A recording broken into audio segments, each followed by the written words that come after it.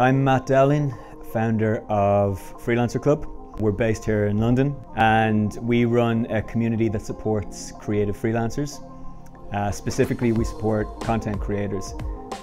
I was a freelance photographer for a number of years and I always felt there was a lack of support for freelancers, as did my community.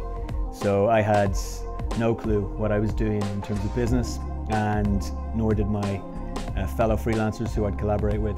Only through trial and tribulations did I start to figure out what it was to become a freelancer, and I felt that there needed to be a service, or certainly some sort of community that would help support others that were like me.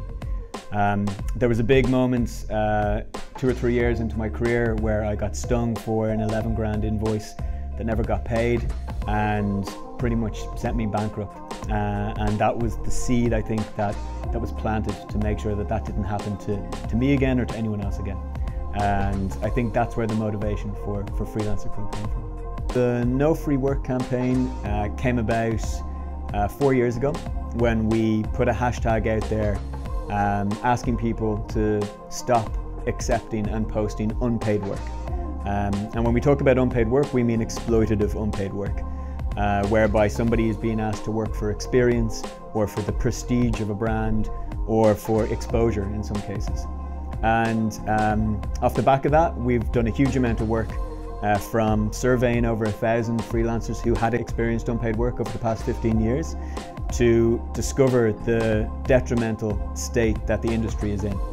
It's costing every freelancer over 5 grand every year because of the exploitation that's taking place. And we're now in talks with MPs and the Small Business Commissioner to see if we can demand a change in legislation that'll give freelancers more legal rights. My big area is the unpaid work piece, and how many freelancers who come either out of a course or out of university or who are self-taught feel that there's a rite of passage that they have to accept unpaid work, which is not the case. And as we've proven through data, but more so just from speaking to people about the real impact unpaid work has and any actual benefits, it's unequivocally a very negative practice that we need to shut down and stop. So if there's one thing that I could leave the freelance industry when all's said and done, it would be to try and eradicate all of that exploitation that's taking place, and try to put things into place that are going to give freelancers a lot more protection so they feel much more valued and more confident about delivering the service that they've got.